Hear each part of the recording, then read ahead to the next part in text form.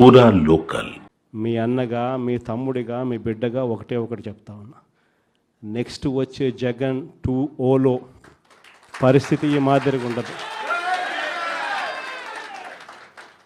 ఈరోజు ప్రతి కార్యకర్త కష్టాన్ని చూస్తూ ఉన్నా కాబట్టి చెప్తా ఉన్నా. ఇంతకుముందు మన హయాంలో మనం వచ్చే టయానికే కోవిడ్ మహమ్మారి మధ్యలో 2019 జూన్లో మనం ప్రమాణ స్వీకారం చేశాం.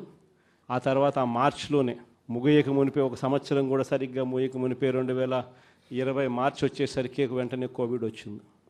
ఆ తర్వాత 2 సంవత్సరాలు కోవిడ్తో మనం యుద్ధం చేయాల్సిన పరిస్థితుల మధ్య మన పాలన సాగింది.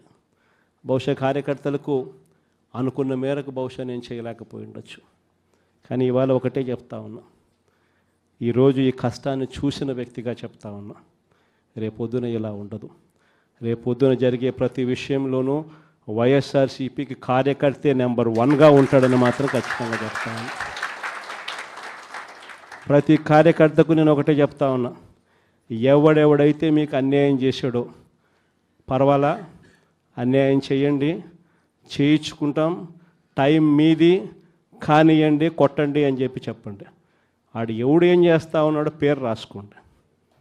రెడ్ బుక్ అని నేను చెప్పను, కానీ పేరైతే రాసుకోండి. మీరు ఏ బుక్లో రాసుకున్నా పర్వాలా,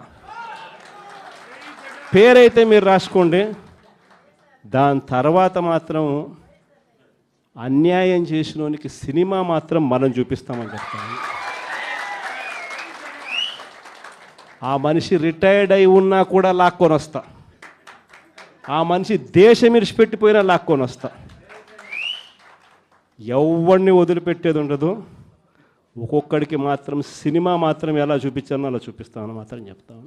ఖచ్చితంగా వీళ్ళు ఏదైతే నాటుతున్నారో, ఏదైతే ఇత్తుతున్నారో, ఇది రెండింతలు వీళ్ళకి పండే కార్యక్రమం కూడా జరుగుతుందని మాత్రం ప్రతి కార్యకర్తకు గట్టిగా చెప్పండి.